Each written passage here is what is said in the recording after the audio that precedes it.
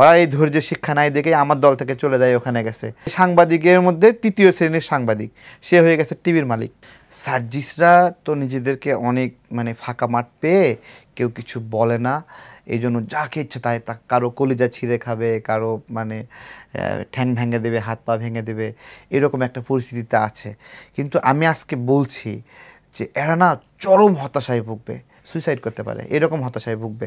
এবং এদের কাছে মানুষ যে আমানতটা দিছিল, যে দায়িত্বটা দিছিল, যতটুকু সম্মান এদেরকে দিছিল, এরা সেই সম্মানটা রাখতে পারে নাই।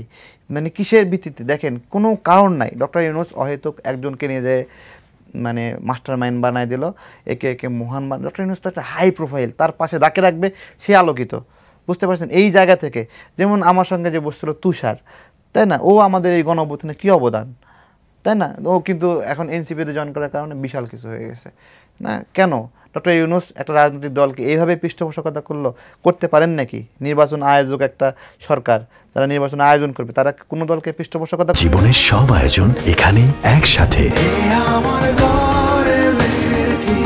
করতে পারেন, ফান্ড দিতে পারেন, জেলা প্রশাসকের গাড়ি দিতে পারেন।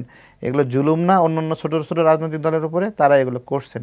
এরা এমন একটা পরিস্থিতি হবে, এরা হতাশায়, ফ্রাস্ট্রেশনে, আমরা ক্ষুধা, দারিদ্র এগুলোর সাথে লড়াই করে করে অভ্যস্ত, আমাদের কিছু হবে না, আমাদের আরও সব কেটে নেন, কোনো কিচ্ছু হবে না। আমরা এমন ধৈর্যের পরীক্ষা দিয়েছি চিন্তার বাহিরে, আমাদের গালি দিতে দিতে দিতে, হ্যারাসমেন্ট করতে করতে আমাদেরকে মনে হচ্ছে গায়েব করে দেবে, আমাদেরকে দেশেই রাখবে না, এরকম অবস্থা করছে। সেই পরিস্থিতিতে আমরা রাজনীতি করে টিকে আছি এখানে। কিন্তু ওদের জন্য এই শিক্ষা নাই, ওরা এই ধৈর্যের শিক্ষা নাই দেখেই আমার দল থেকে চলে যায়, ওখানে গেছে।